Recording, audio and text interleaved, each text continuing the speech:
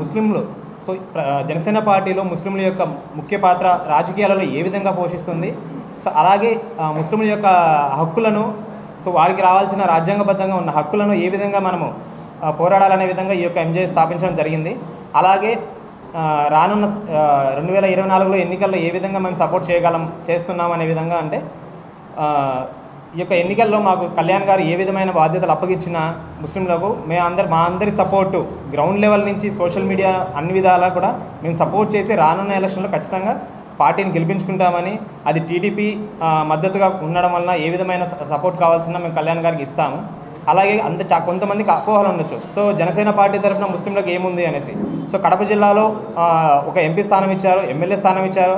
అలాగే వివిధ కమిటీలలో IT committee అయితేనేముంది, programme committee అయితేనేముంది, ప్రతి ఒక్క చోట ముస్లింలను గుర్తించారు.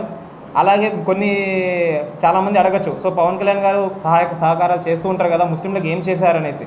రీసెంట్గా రంజాన్ మాసంలో కూడా 25 లక్షలు విరాళాలు ప్రకటించారు. అలాగే అండర్-19 రషీద్ ఖాన్ గారికి కూడా విరాళం ఇవ్వడం జరిగింది. అలాగే ఇతర విధంగా ఒక క్రియాశీలక సభ్యత్వం ద్వారా కూడా, ఇన్సూరెన్స్ ద్వారా కూడా 5 లక్షలు, ఇలా దాదాపు ఒక 10 నుంచి 15 మందికి ఇవ్వడం జరిగింది.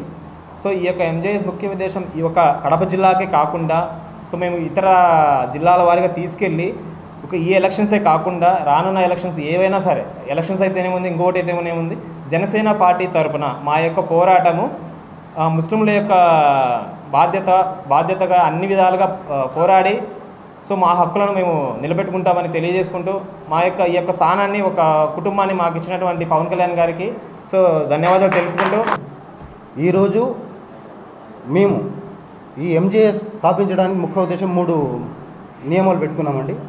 ఒకటి భౌతిక మద్దతు, ఒకటి ఆర్థిక మద్దతు, ఒకటి నైతిక మద్దతు. ఈ 3 మద్దతులు మేము మనసులో పెట్టుకొని జనసేన పార్టీకి ప్రజలకు తీసుకెళ్తూ ఈ ఎంజేఎస్ యొక్క ముఖ్య ఉద్దేశాలని ప్రజలు వివరిస్తూ జనసేనకు ప్రజలు ముగ్గు చూపేలాగా పాటు పడుతుందని చెప్పి ఈ సందర్భంగా తెలియజేస్తున్నాము. ఈ ఎంజేఎస్కు ఎటువంటి నాయకుల ప్రభావాలు లేవు, ఎటువంటి నాయకుల తోడ్పాటు లేకుండా మా కడప జిల్లాలోని ప్రతి ఒక్క ముస్లిం జన సైనికులు కలిసి